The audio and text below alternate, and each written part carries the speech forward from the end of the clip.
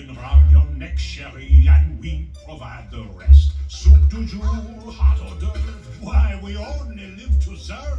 Try the gray stuff, it's delicious. Don't believe me? Ask the dishes. I could cook that.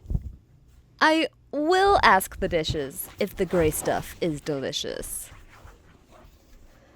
What's up, hungry people? Today, we're making a classic Disney dessert that has always been shrouded in mystery. The gray stuff from Beauty and the Beast. With the official recipe floating around online, I decided it was high time to try the gray stuff for myself. We'll start by mixing crushed chocolate wafers with a small amount of chocolate fudge pudding mix and a full box of vanilla pudding mix.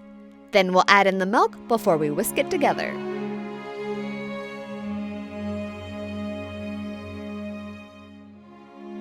Next, we can fold in the whipped cream topping. I recommend using extra thick Cool Whip as it will hold its shape the best.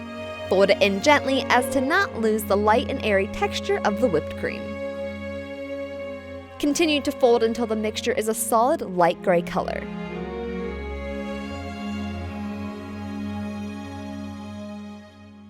Then we can chill the gray stuff until it is cold all the way through, or you can even freeze it overnight to make ice cream.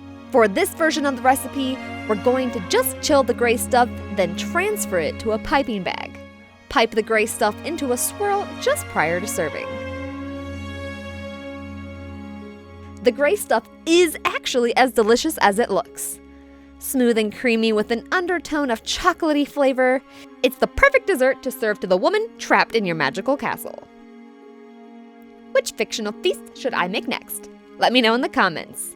If you liked this recipe, don't forget to flip that sub button and ring the dinner bell so you can be notified of my latest recipes and foodie adventures that I post almost every week.